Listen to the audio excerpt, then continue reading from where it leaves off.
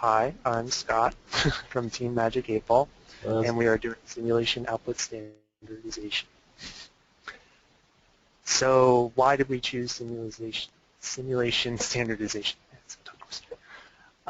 So a lot of simulations have their own way of storing data, um, but now they want to use the XAPI standard. A lot of also simulations, especially older ones, just don't have a way of tracking user experience. So it was just mentioned that log files usually aren't a good way of going about doing this. Well, we kind of have a different view on that. um, so what was our main goal? Um, to make it easy for older simulations and developers that are new to kind of get on board with XAPI, because a lot of times developers don't really think about the metrics or recording until after the fact. So to make it easier, we wanted to automate as much of this process as we can and use JavaScript because it's widely accessible, and we can also utilize the XAPI wrapper that ADL is providing. So the basic problem with simulation standardization, I'm never going to get that right, is that their log files look pretty, I don't know, they're filled with a bunch of stuff. So you can see that there's like creating a client here, different notes, which will come in importance later, and even like a null reference exception or something like that. So how do you turn that into XAPI is quite the conundrum. So our solution was to make a converter where we have the simulation in its output and it goes through a parser, which more on that later. And that parser feeds into a converter, which extracts actor data, verb data, object data, and makes it into an XAPI statement that will be sent out to an LRS. So our main project was to build this converter. So what are the issues that we are trying to deal with? And a lot of the problems, like the core problem, is that there is no standard between like different projects. Like imagine you're a simulation company and you want to use XAPI. Like, what do? Do you go back and you clean up all of your old code and integrate XAPI? No, that just takes too much because each one is different. All their log files will be different. There are countless problems on top of that, right? So what we decided to do was make a tool that says, here is our output data, and we're going to like make it all nice and tidy and convert it into XAPI for you. So the way the tool addresses the specific output issue, where each simulation will have different log files, is that you will provide different information for actors, verbs, activities, etc.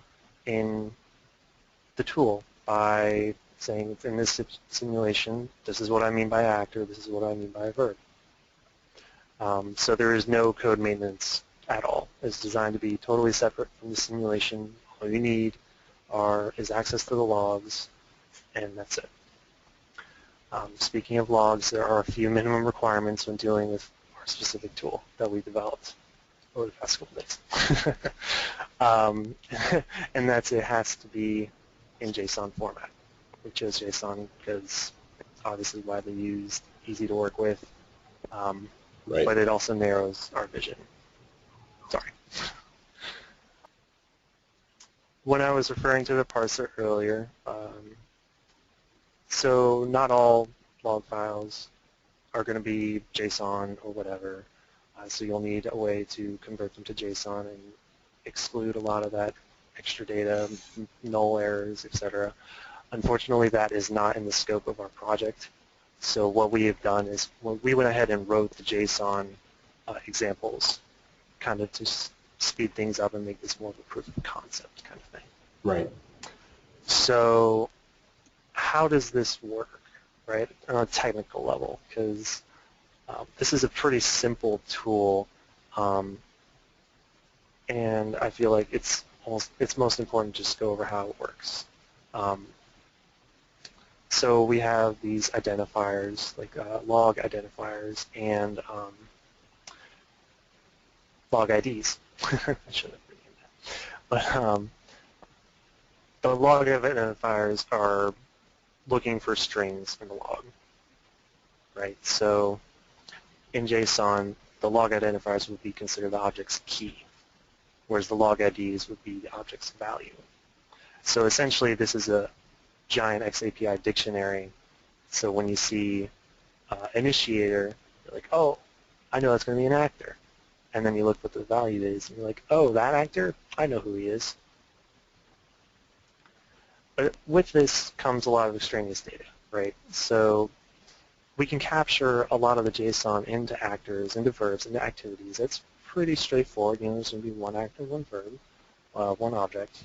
But what about everything else, right? So there could be substatements, results, different contexts, authority, all that stuff. So for now, we throw everything in a result extension. That is our catch-all. In here in the red box, Right. it's just a quick example of one of the things that we're going to be going over. So I'm going to switch over now to the actual product. So this is our product. It is beautiful. I love it.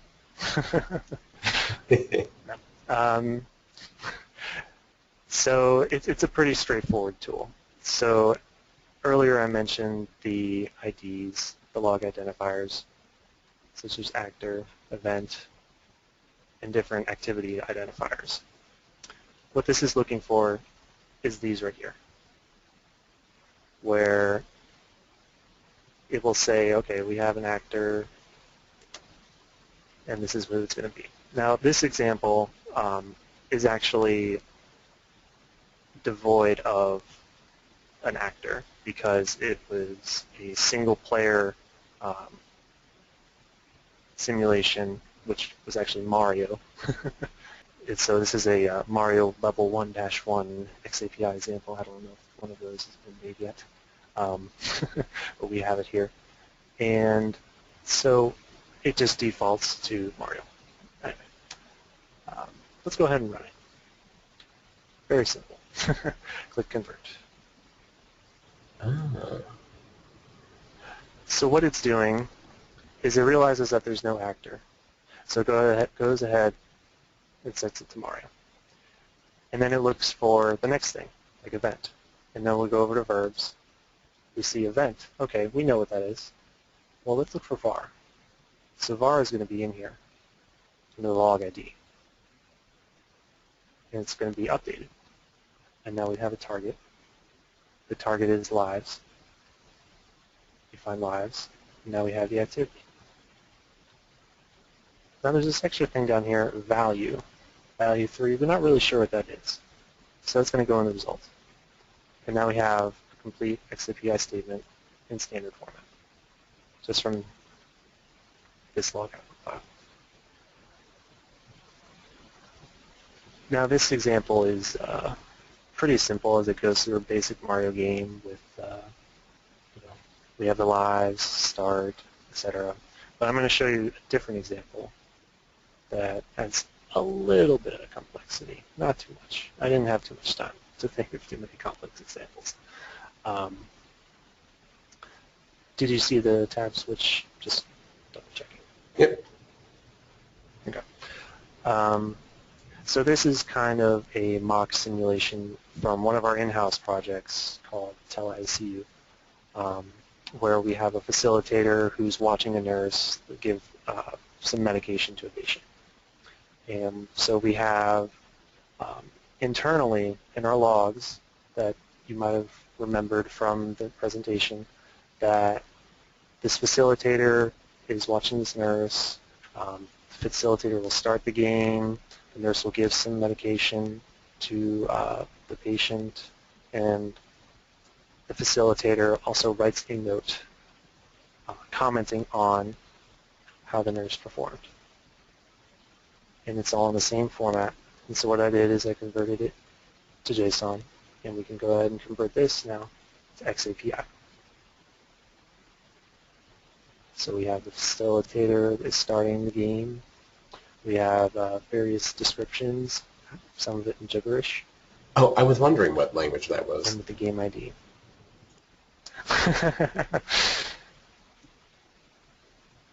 Yeah, it's humor. So I've mentioned how we have our catch-all for results. One thing I didn't really touch up on with the Mario example because it was not there was this context activity identifiers, which uses the same data from the activity log, right? Because all activities are going to be activities. This just states that this could be specifically for context. It could have extra details, whatever it might be. It's not specifically just the activity.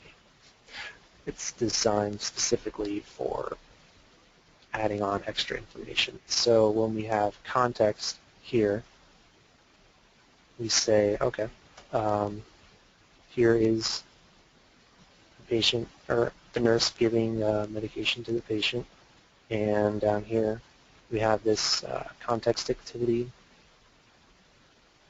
with description, everything along those lines that creates a proper context activity. This was done with the XAPI wrapper. So it was actually pretty simple to add on context activities. Luckily, a lot of the functionality is already there, which made our jobs a little bit easier. Not to take away from Angel's work, of course.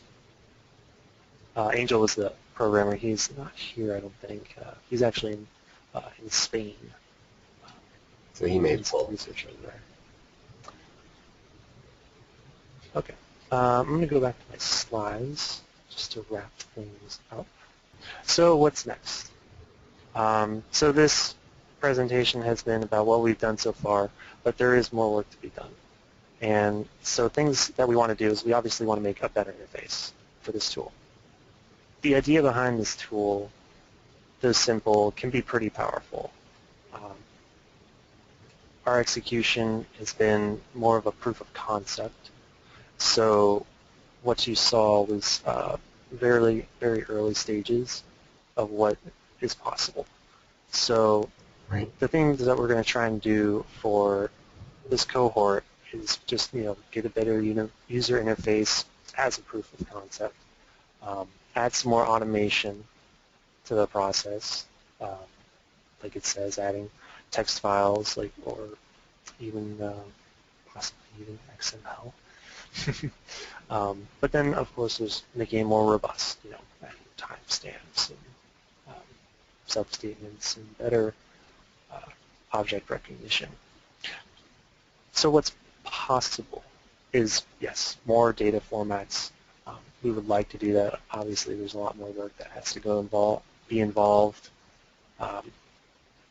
Because if anyone's done programming, you know that handling different data types can take some work. Right.